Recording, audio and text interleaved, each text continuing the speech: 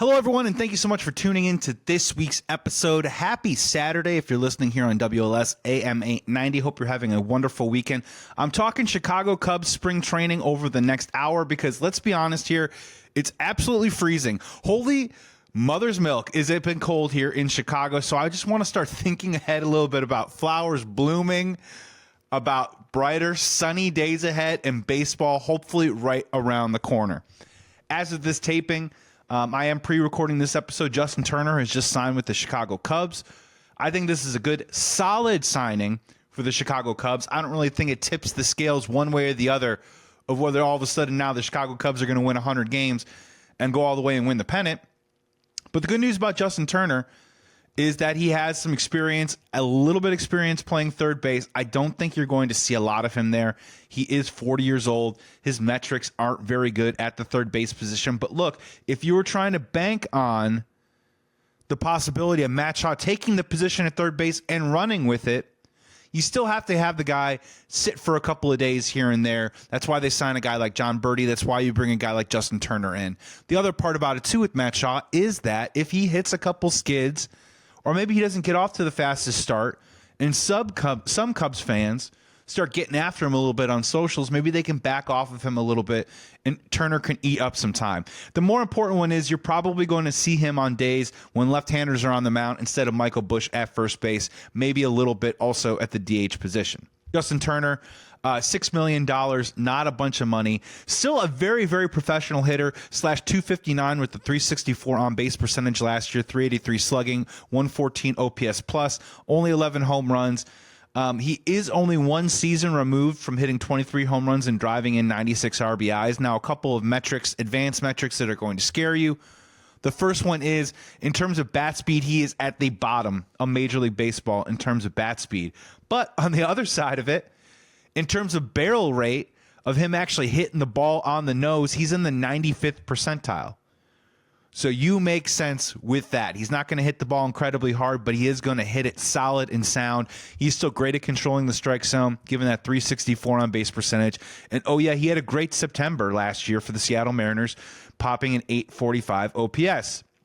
So I think it's a good move. I don't know if it's a great move for the long haul of the Chicago Cubs' future, but in terms of giving a little bit of padding, a little bit of protection when you're trying to get Matt Shaw off the ground, when you're trying to make sure that Michael Busch is still the guy that you saw last year, Justin Turner can kind of alleviate that in some areas and should definitely be a helpful piece. And let's be honest, a great locker room guy and a fantastic beard is being added to the Chicago Cubs locker room.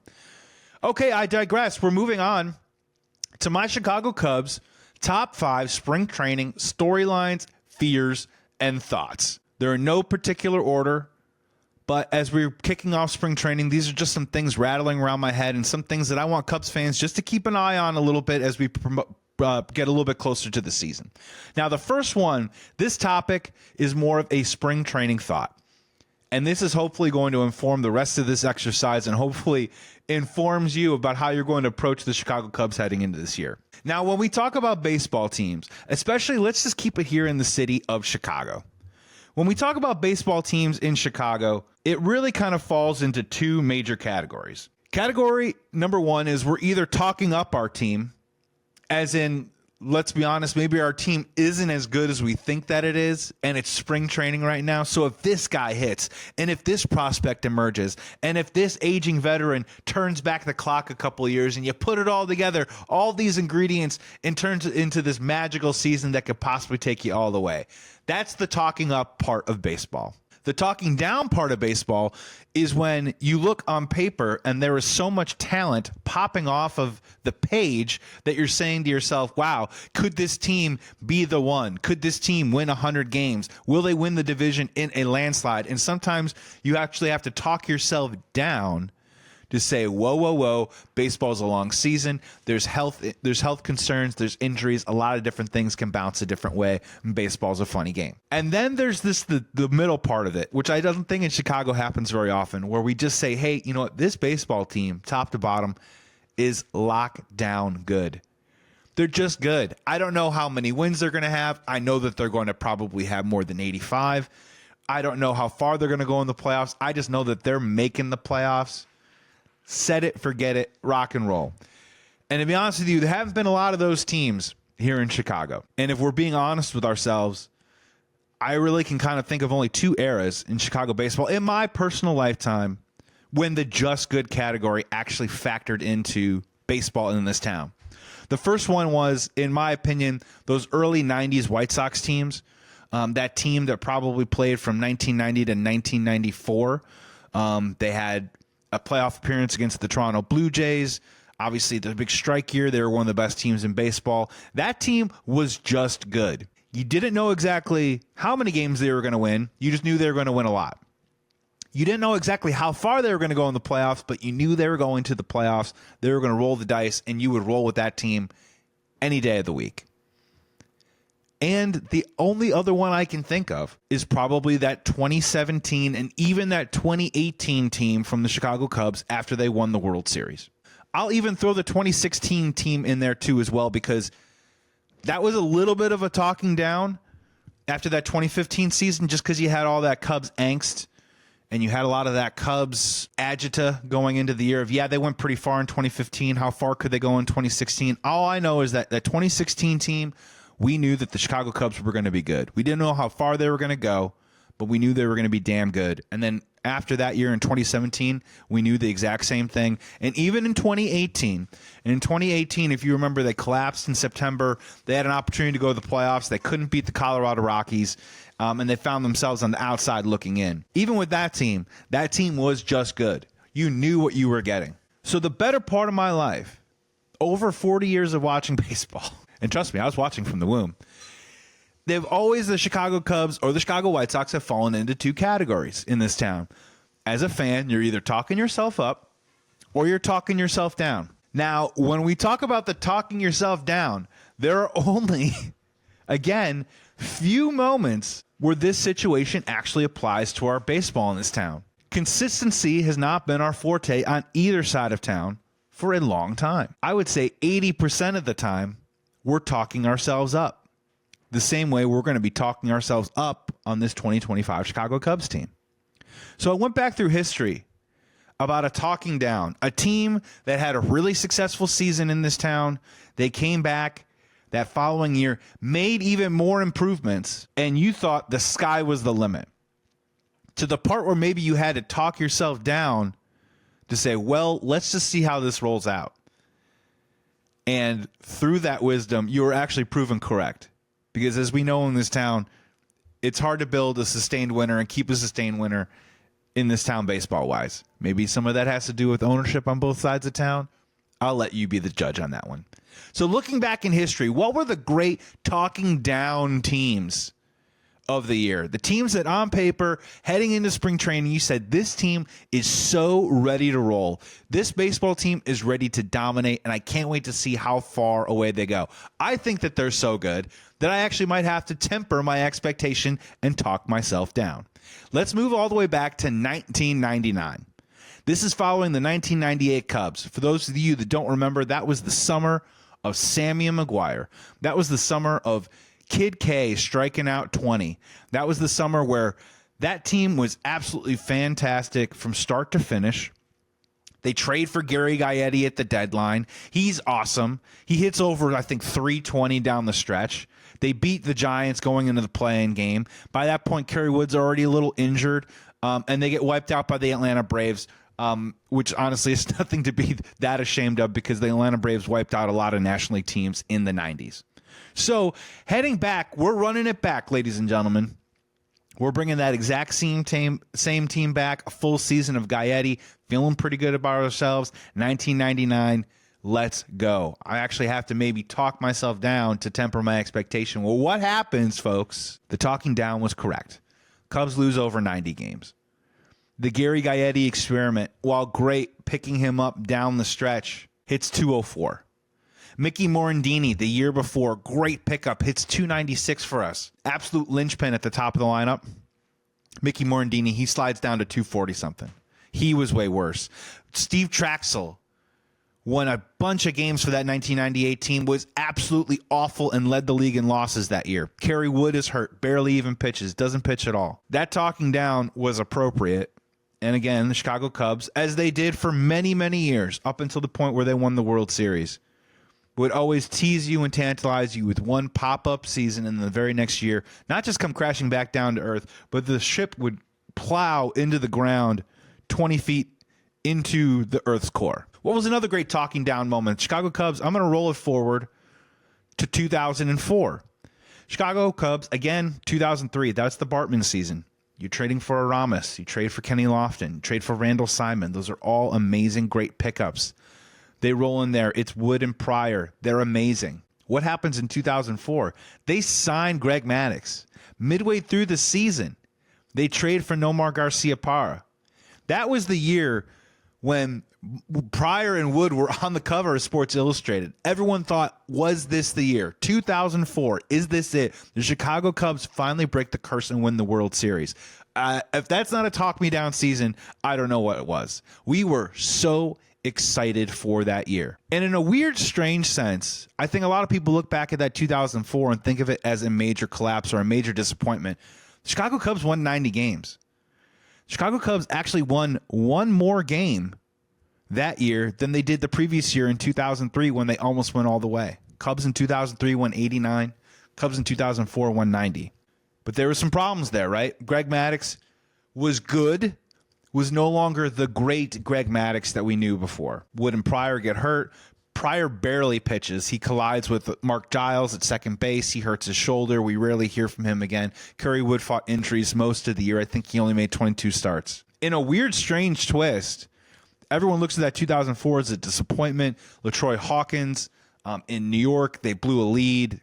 They had an opportunity to go to the playoffs. They played poorly down the stretch in September, didn't make it. Trade for Nomar. He wasn't a huge factor. A lot of things to be disappointed about. But if you look back at that team in 2004, they had 4 hitters with over 30-plus home runs. That was the year they got Derek Lee.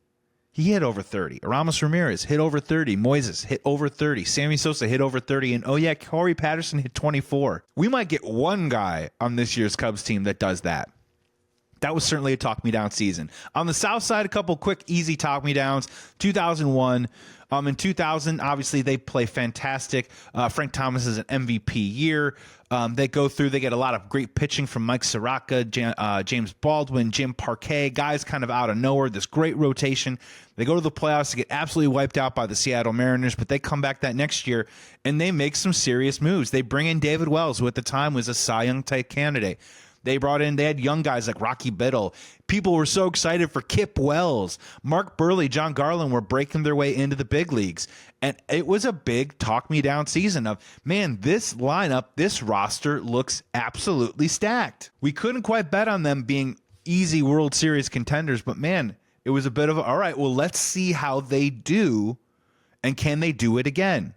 The answer to that was no. Rocky Biddle wasn't good.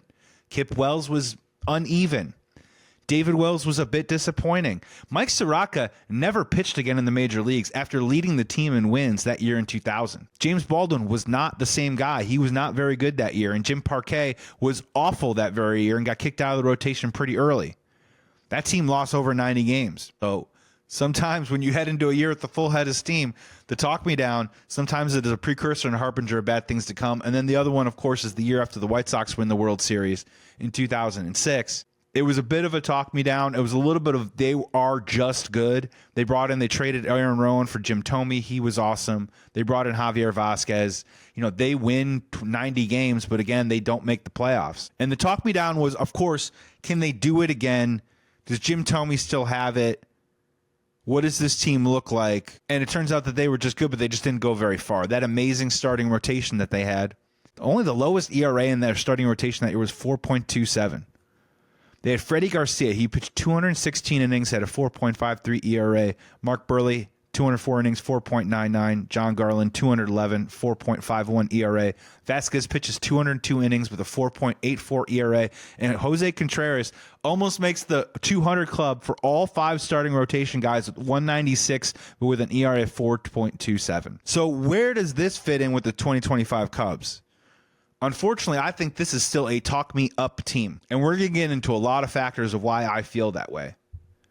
But still, there's still too many question marks heading into this season. I mean, we feel great about Kyle Tucker, but do you really feel great, that this team is just good, that they are going to take that next step forward. You're having to talk yourself into scenarios. And even the general manager, Jed Hoyer, is saying we have to outplay our projections. That is a talking up team if I've ever seen it. And the point of this exercise is to say, I know that you want to be excited about the Chicago Cubs, but we just have to treat this like almost like any other season, that this team has a ton to prove. They are not a team that is just plain good, that are going to go out there and win games no matter what maybe different circumstances or outcomes or projections might have. They're not a team that looks so good on paper. They should be, by the way.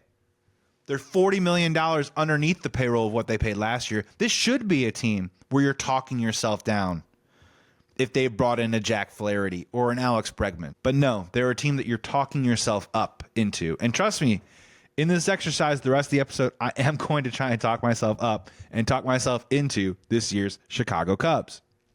Number 2 of Chicago Cubs fears, storylines, and thoughts. I gotta do it. And it's almost getting to the point of, it's almost annoying to me that I have to continuously talk about Tom Ricketts.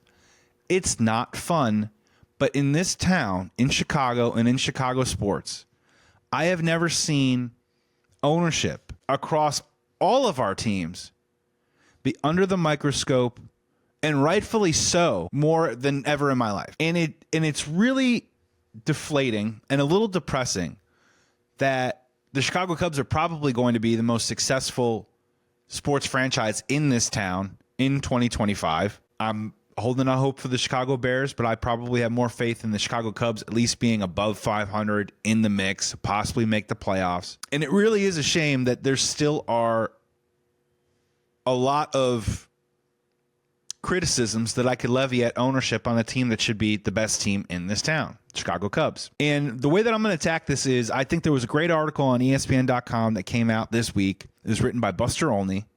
And this is a guy who's as locked in and is dialed in across the league as anyone. He's been doing it for decades. And when these guys decide to go out there and take a shot, you have to go out there and you have to listen to these guys. In this article, Buster Olney takes shots at Tom Ricketts. And I don't think it's a personal thing. I think it's probably a couple of combining factors. The first one is Chicago Cubs in a third market city like Chicago should be the type of team that carries the water for Major League Baseball, that puts a competitive product out there, that spends the big bucks to bring in big-time players to help the game at large get bigger exposure and maybe better ratings. And unfortunately, Mr. Ricketts plays a little bit of this game that goes back and forth that says, hey, look how great we're doing. Oh, by the way, we're not really doing that great. This is why we don't spend money. So I want to read an excerpt from his article that aren't my words, but hopefully add some context in the Ricketts factor heading into spring training. So this is Buster Olney's words. Despite the fact that the Cubs are playing in baseball's land of opportunity, the incredibly weak NL Central, they've given no indication that winning is actually a priority. Making money seems to be the modus operandi. This all comes at the end of a winter in which Ricketts already made headlines for his comments about the Cubs' inability to keep up with the sport's top payrolls when he told 670 AM in Chicago that it's quote-unquote really hard to compete with the Dodgers. In that January interview, he said that fans think somehow we have all these dollars that the Dodgers have or the Mets have or the Yankees have, and we just keep it, which isn't true at all. What happens is we try to break even every year, and that's about it, end quote. Buster Olney continues, but that doesn't really align with the available numbers from Sportico's MLB Teams Values Rankings. The Cubs franchise value, as assessed by Sportico, was at $5.3 billion as of last season. That is the fourth highest in Major League Baseball and more than 3 times greater than the combined value of the Brewers at $1.6 billion, the Reds $1.5 billion, and the Pirates $1.4 billion. The Cubs' revenue generated last season, as estimated by Sportico, was at $502 million, the fourth highest in the majors behind the Yankees, Dodgers, and Red Sox. And yet, the Cubs' payroll will be significantly lower than last year. Per Sportico, the Cubs are in line to spend $186 million in player salary, or nearly $30 million less than last year. End of the excerpt by Buster Olney. Now, the only part that I want to add to this, and if I'm misreading this, and if someone wants to do a deep dive and drop it in the YouTube comments here, please do that. But the revenue generated last season, I'm assuming, is revenue generated by the Chicago Cubs through Wrigley, through their ticket sales, through the patronage of our great fans and the merchandise that they sell. I am going to make an assumption that that is not revenue generated by revenue sharing, which is the overall profits of Major League Baseball. So there's a possibility there that maybe it is $502 million, or maybe also it's in the range of $700 million, because in previous years the Chicago Cubs have been reported to get in revenue sharing profit anywhere between $160 to $200 million. So this is the disconnect here. And I'm sorry, but Tom can't talk his way out of this about how we just try to break even every single year. The Chicago Cubs have the third highest price ticket in the game. If anyone goes to Wrigley, you know for a fact that it's about $100 to get in, and you ain't getting out of there without probably spending another $100. For a family of four, this is a great giant expense. They reduced the payroll by $30 million. They're not even in shouting distance of the first luxury tax right now. And let's just say for a second you take that $186 million, and let's just say between everything else, with your marketing, with your employees that work for the organization, with everything that you do in spring training in Arizona, which honestly is fantastic and amazing, keeping that stadium looking the way that it is, running the games and stuff. Keep in mind they're still making money on it, but let's just say with all their spring training facility, let's just double. Let's say it's $360 million to run the whole operation. Revenue generated, you're still making $140 million. Now, the part that makes me upset is that when he says break even, does that mean that is that billionaire talk for making only $100 million in profit? Is it really as good as it should be? Or our profit margins aren't exactly where they need to be? And that's the part, and that's the disconnect there that I just simply can't understand. And if you are going to own a sports franchise, what is the first and most important thing that you do? And I think the answer to that will let you know exactly the type of person or whether you should be owning a sports team or not. If the first thought in your head was to make money, okay, that's very true. But the other part about it was to win games, a civic responsibility, right? To go out there and have a successful franchise that when people come and pay money to see you, they're going to see a successful product, and a product that would have an opportunity to maybe even win a championship and say that they're number one and on top. There's a serious disconnect here, and I can't help but feel like there's an element of Tom Ricketts that is being disingenuous with the Cubs fans and trying to explain that, look, we can't take away, and this is the part that gets really confusing, right? Is the first one is, it is absolutely true that the Chicago Cubs do spend money on their organization. Look across town to the White Sox, who are putting only $80 million into their payroll. Look at what the Pittsburgh Pirates do on the year. They barely put any money. They haven't signed a multi-year contract to a player in over 8 years. So two things can be true, right? Yes, he does put resources into the team, but he doesn't put resources necessary in the competitive market that he exists in that functions in proportion to the type of responsibility that he has, which is owning the Chicago Cubs. It's like buying a great car and then buying the cheapest tires you can possibly find. Yeah, sure, we got the great car, but are you doing everything you can to optimize and push it towards a goal that is great for the long haul? And the other part about this that makes me really upset when we talk about Tom Ricketts is that, unfortunately, he does a lot of explaining. And I don't want to call it, it's not him complaining, but he does do a lot of explaining that sort of makes it seem like this isn't a great financial investment for him. So what I would say to that is that if it's not a good financial investment for you, sell the team. It's worth $5.3 billion. If money is the problem in this particular conversation with Tom Ricketts owning the Chicago Cubs, sell the team for $5.3 billion, and you won't have that problem anymore. If you were going to keep the asset that is the Chicago Cubs, you better be prepared to either take some loss or do what it takes in the market that you exist in to put the best product on the field as possible. And we can have the conversation of, is a player worth $700 or $750 million? I would probably say Shohei Ohtani is the only person that would even come close to having that being a debatable argument. So, okay, I can see that. But you can't tell me that there isn't a huge gap between what the Chicago Cubs will do, which is sign a guy like Dansby Swanson to 177 or give Jason Hayward 180, and that's 700. And that's going to be the conversation that we're going to have throughout the season when it comes to a player like Kyle Tucker. That is the conversation that we're going to have throughout the season now that Vladimir Guerrero and the Toronto Blue Jays are no longer talking contract extension, and it looks like he's going to be a free agent in November. You don't want to sign a $700 million guy? I totally get it. But you can't tell me that you can only sign the $180 million guy because you're only breaking even. Because honestly, then at this point, I think you're just lying to your fan base. And if you're not lying, there's something about it that is disingenuous. That says, hey, don't look over here, or hey, you wouldn't understand the numbers. Maybe I'm getting these numbers wrong, but it looks like to me that the Chicago Cubs make money hand over fist every single year. And it isn't necessarily the RSN or the media, the marquee sports network or other outside elements aren't supposed to just subsidize that.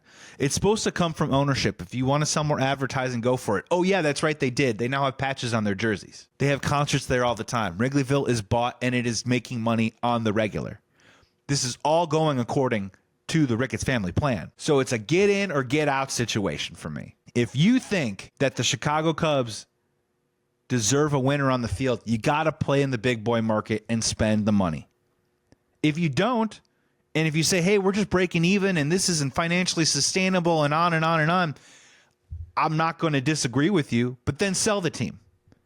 Make your $5.3 billion and get out of town and sell it to someone who's actually willing to put their money where their mouth is and actually make this team the juggernaut that it's supposed to be, a team that dominates the NL Central every single year and has the money to back it up, not only to retain players that become amazing in their own organization or the players that they acquire that are already amazing to keep them around, i.e. Kyle Tucker, or go out and get a Vladimir Guerrero. It's really that simple. Coming back here on Sports Talk Chicago with Joey Christopoulos right here on WLS AM 890. Thank you so much for tuning in. Hope you're having a wonderful Saturday night. It's chilly here. It's almost March. And I got to tell you, that's why I just need to talk some baseball right now. There are brighter days ahead. There are sunnier days ahead. I get it. It's still probably another 2 months away, but darn it, I just want to think about it right now. These are my top 5 Chicago Cubs spring training storylines, fears, thoughts. My first one was I wanted to talk a little bit about the Chicago Cubs. Are they a team that I'm talking myself into them being good? Am I talking myself down from them being too good? Or are they just in the middle? Are they just right? Are they just good enough to compete? I think I'm in the talking up category. This team still has a lot to prove.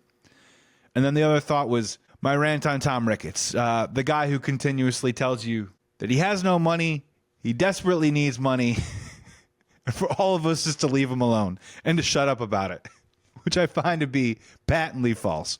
Let's move over to on the field stuff, though. This is my number 3. And when we talk about storylines, we talk about thoughts, we talk about fears, I'm going to go, this is a fear for me. The bullpen roulette.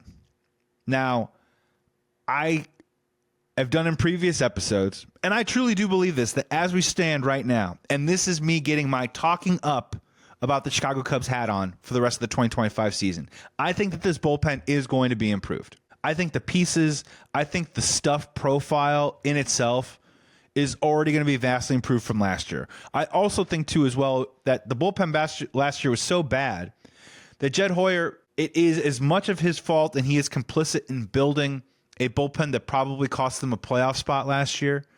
He also deserves a little bit of credit by going out and desperately trying to find some pieces and some names that could help out that team last year that I think could become solid contributors this season. So when I want to think positively about this, I do really think the acquisition of Tyson Miller was essential last year just to keep their head above water. And I do think that he can be a piece that can help them this year. I do like Nate Pearson. I do like his stuff. And he came over, was a little rocky at first, but in general, I think he was able to level off. And I think that he could be a piece in that 5th, 6th, 7th inning. I think he's got that type of velocity that, let's be frank, our starting rotation doesn't really possess right now. And they can bring him in and they can bring him along. And he could be a guy that could definitely help this team this year. Porter Hodge was a guy who came in. And A lot of people didn't exactly know who he was. He got an opportunity. But look, over his final 25 games, 1.71 ERA, 0.84 whip, 34 Ks in 26 and a third innings, only 10 hits allowed. Only 10 hits allowed in his final 25 appearances. That's as locked down as it gets. So I've just named 3 pieces right there that they didn't start the 2024 season with, that they're walking out of the season with, and now they get an opportunity to roll out there in 2025. I'm not saying all 3 of those guys are going to hit, but that's a strong start compared to what it was like last year. The part that has me kind of skittish and I'm a little scared is, while I do think that the pedigree, the resume, the profile, and the stuff are improved, we are going back to the well one more time, where last year he banked on Hector Neris to come in at 37 years old to be an 8th inning guy. Alvarez's leg gets injured. They immediately thrust him into the closer's role.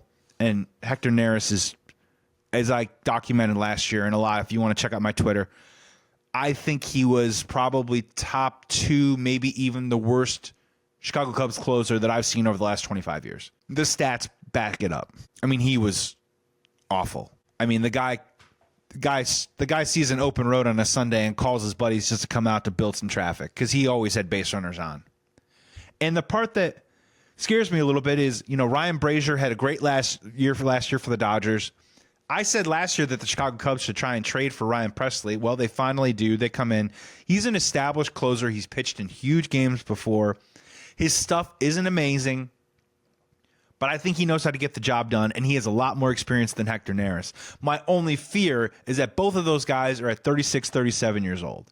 Now, I'm not trying to be an ageist here, because I myself am 41, but if you're telling me right now that you're going to get a combined 100, 110 appearances from Ryan Brazier and Ryan Presley, and they're going to be effective without a version of injury, without a version of maybe diminished returns, it scares me a little bit. And as of right now, they are going to be banking on those guys in those final 6-out situations. That's why they need a dude like Porter Hodge to take that next step. Nate Pearson to fulfill some of his. I mean, this dude was, I think he was a number 1 or number 2 draft in the, pick in the draft several years ago when he was originally drafted. Things went a little sideways for him, and now he's in a bullpen role. Some of these guys need to step up. Eli Morgan is another one, pitched really well for the Guardians last year. Can he keep it going? Can he keep it rolling? Luke Little, they like Luke Little a lot. We saw a little bit of him last year, but he's injured. He's not going to start the season on time. You always don't like to hear that or see that. So as of right now, the bullpen roulette. Is it better than last year? Yes. Does that mean that it's solved? No. And that's pretty much where we've been at with the Chicago Cubs team in a lot of different ways the last couple of years. Are they better than the year before? I could probably say yes, but is it good enough to actually really compete? Or is it good enough to just get it into, hey, this team is good category?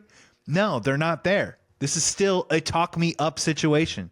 I'm talking myself into the Chicago Cubs, and this is one of my big fears, is that bullpen. Another one of my small ones, too, a little adjacent, just really quickly, maybe call it a 3A or a 3B, is the defense. Now, I walked into last year, and it wasn't in the talk me up, it wasn't in the talk me down, it was in the, look, this thing is just good. It was the defense of last year, and they completely let me down.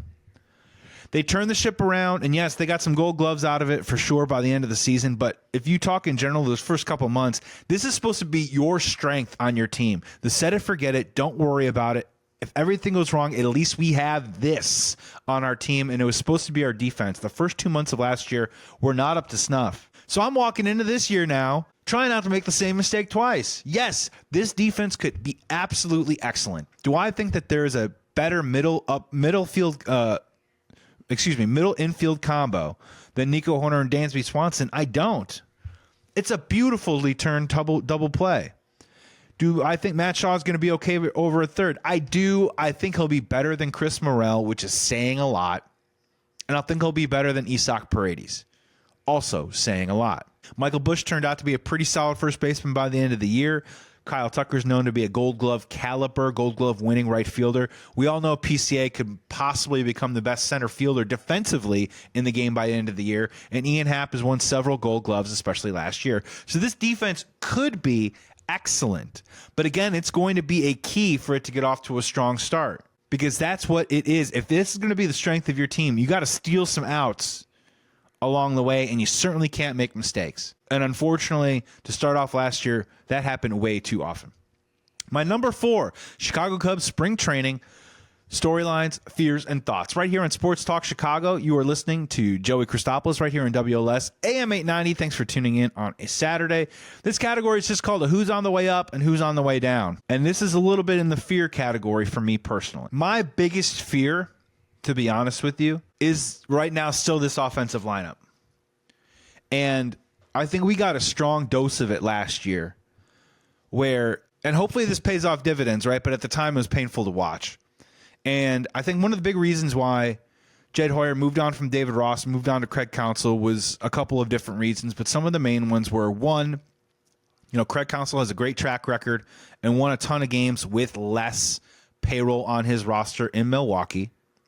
And the other one was that a lot of people always applauded not just Craig Counsell's game management, but also game to game how he would manage young talent and bring them along. It's one of the hardest sports for a young player to assimilate, find the production, and not just find production, but then maintain consistency than baseball. It can leave you really fast in this game. And let's be honest, there were some really difficult moments for guys like Miguel Amaya and PCA last year. And there were some times where not only did the big league club, struggle and suffer for it on a daily basis, but a lot of people were thinking, should we send these guys down? Do you give up on them? Do you sit them on the bench? Do you turn them into bench players? And Craig Counsell said, no, we're going to play these guys and we're going to play them through.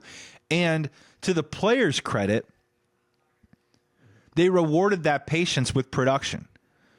Miguel Amaya, after the All-Star break in 144 at-bats, hit .271. On-base percentage, .316. Slugging percentage, .444. 5 home runs, 8 doubles, 29 RBIs in 50 games. Now, look, that's not going to blow your hair back. But when you're talking about the catching position, that is average to slightly above average. And look, what more could you ask for right now from the catching position than something along those lines? Miguel Amaya fulfilled the faith that Craig Counsell had in him and hit a lot better down the stretch. Same goes for PCA. After the All-Star break, 215 at-bats. Hit .262, .310 on base percentage, .425 slugging, 3 triples, 7 home runs, 8 doubles, 30 RBIs, 35 runs scored. Play those numbers out over 162. That's close to 90, 100 runs scored in a game, scored in a season. Now, both of these, the on-base percentages, they're not very good. The slugging percentages, they're not great. But they were night and day compared to some of the numbers they were posting beginning of the year. And now you're hoping that those dudes carry over. But while they were suffering through that for the first 2 months, you also had Dansby Swanson not hitting well. Christopher Morel hitting under 200. I mean, these were Nico Horner, not quite the Nico Horner that we've seen in the past. And my biggest fear right now is that they have a lot of guys that need to get off to solid starts to start their year. I mean, my biggest fear is that PCA, Amaya, Matt Shaw because he's a rookie, Dansby Swanson because he's streaky, and maybe even Nico. But let's just say take Nico off the board. That's 4 of 9 guys in your lineup off to a slow start to begin the year, where it's Kyle Tucker or bust. That's the biggest fear right now with this offensive lineup. Is a lot of these guys, they don't need to have career years, but they need to have better years than last year. Because for a lot of them, that was some down stuff. Dansby Swanson, big-time down year. PCA, if PCA and Amaya hit like they did last year, they're not going to be in the major leagues for long. They need to carry what they did in August and September and start to make that more into a consistent approach moving forward. Matt Shaw, there might be some bumps in the road, but, he deserves the patience. See, these other guys need to step up. My biggest fear with this offensive lineup right now is that it turns more into like the 2000 Cubs. And at the 2000 Cubs, it's basically with Sammy Sosa and everyone else. And my fear is that it's going to be Kyle Tucker and everyone else. In 2000, Sammy Sosa hit .320, 406 on base, 634 slug, 50 home runs, 138 RBIs. The person that was second on the team in home runs was Henry Rodriguez, and he only hit 18. Damon Buford was second on the team with 15 home runs, and the next closest in RBIs was Mark Grace with 82. And what we've seen with this offensive lineup is they're good but not great. These guys are going to hit you 20 home runs. They're probably not going to hit you 30. These guys are going to drive 70 or 80 runs in. They're not going to get you to 100. So Kyle Tucker, a dude who I think can hit 30-plus home runs, a dude who I feel like can get you 90 to 100 or 100-plus RBIs. My biggest fear is some of these guys, or too many of these guys all at the same time, have a slump, and all of a sudden you're looking at your lineup and you're like, oh man, 4 of these 9 guys are struggling right now. And all of a sudden that turns into 12, 13 easy outs in a game. You can work around that as an opposing pitching staff when you have that going. So who's on the way up? Who's on the way down? I'm hoping PCA is on the way up. I'm going to stick on that take that I do think PCA could possibly be that cult hero and that dude that might be have a bit of a breakout season. Breakout star, I'm not so sure. But a breakout season and really make this lineup look different cosmetically. What are we going to get from Nico Horner? Just had forearm surgery. Is he going to be good to go? Is he going to hit the ball on the nose right off the jump? Who knows? Go to Imanaga. Was amazing. Can he do it again? Can he keep the home runs at a minimum? A couple more people on the base paths, a couple more home runs. It could get a little ugly for him. Is he a little bit on the way down? I'm not saying he's a down player. I'm saying, can he match what he did last year after an incredible Sterling rookie season where he was an all-star, ERA under 3, and every time he walked out to the mound, you thought he was going to win. Players with the arrow up, I definitely think Justin Steele's got his arrow pointing up. He wins 16 games in 23, comes back, wins only 5 last year, but his numbers are exactly the same. I think he's a stud. I think he's an ace. I think the number's definitely on the way up for Justin Steele. And then what are you going to get from Seiya Suzuki? It's starting to sort of feel like he just sort of is who he is, but I do want to ask myself and give myself the room of, can he just for once have a healthy season, no hiccups, no problems, and can we just see what that looks like in that lineup with Kyle Tucker and then go from there? Because that leads to my fifth one. My fifth and final Chicago Cubs spring training storylines, fears, or thoughts is basically who's up next. When we're talking about all these guys, and we're talking about Jed Hoyer having them outperform their projections, there is a little bit of me feeling like a lot of these guys just are who they are. Ian Happ is going to hit 240 to 250, hit about 20 to 24 home runs, and drive in about 80 RBIs. And I feel good that he's going to be consistent with that. I don't feel like he's a guy that should outperform that projection. That sort of is who he is. Seiya Suzuki, same guy. Is he ever going to be the guy that hits you 30 home runs and drives in 100 runs? I would love to see it, but probably not. He's probably more in that 24 to 25 range with 80 RBIs. I don't think he outperforms his projection. I think it's a little foolhardy for Jed Hoyer to feel like that. So they need reinforcements. And trust me, if Tom Ricketts ain't going to take this $186 million payroll and bump it up to where it was the year before when they won 83 games, he's got over $30 million in cap space, then I'm stuck with the fifth one, this final exercise. Who's going to step up and who's going to be next? And if I gave you an over-under of 3.5 of the following players, would you go over on them making an impact on this Major League roster? Matt Shaw, Cade Horton, Ben Brown, Owen Casey, Kevin Alcantara, Porter Hodge, Miguel Amaya, PCA. Would you go over on that? And if you're asking me, as it stands right now in spring training, we haven't seen them watch. We haven't seen them swing the bat, throw a ball, play the games yet, so I'm willing to change my mind. But as it stands right now, I think they definitely got to fly over that mark with 3.5 of that following group to make an impact. I mean, at this point, they need PCA to work out. That's one. I feel pretty confident about that one. Where do you go from there? If Matt Shaw comes in, and hits 240, 250, maybe a little bit above that, pops about 15 home runs, drives in about 60 runs, plays good defense, sparks you here and there, and helps out the bottom part of your lineup, I can live with that. He's probably going to strike out a little bit less than Dansby Swanson. I like that a whole lot. So my expectations are pretty low for Matt Shaw. And if he gives you those type of numbers, I think you can qualify that as an impact. So PCA, possibly Matt Shaw. I feel pretty good about Porter Hodge being a good pitcher for this team. Where he lands in the hierarchy of whether we see him in the 7th inning, 8th inning, or 9th inning will all depend. But if this Cubs team is going to do something this year, he's probably going to, if everything works out the way that you want it to work out and everything's aligned,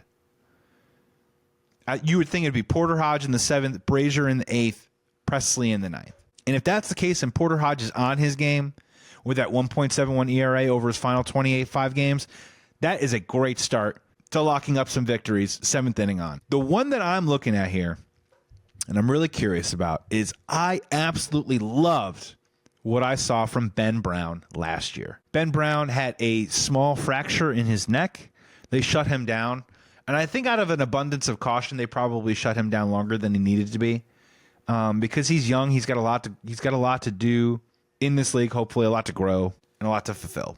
But Ben Brown over his final 8 starts, 3.24 ERA, 0.97 whip, 39 innings pitched, only 24 hits allowed, strong K rate, devastating curveball. And when they gave him the ball, I mean, he had one outing where he pitched 7 shutout innings and struck out 10 guys. And his profile with that curveball and that heater is a different kind of profile than what we have in the starting rotation right now for this current Chicago Cubs team. And you've got to mix it up a little bit. You can't have everybody in there only throwing 92. You need some guys to pump it up to 96, 97 just to give a different look throughout a 3-game series. And that's the guy I'm looking at.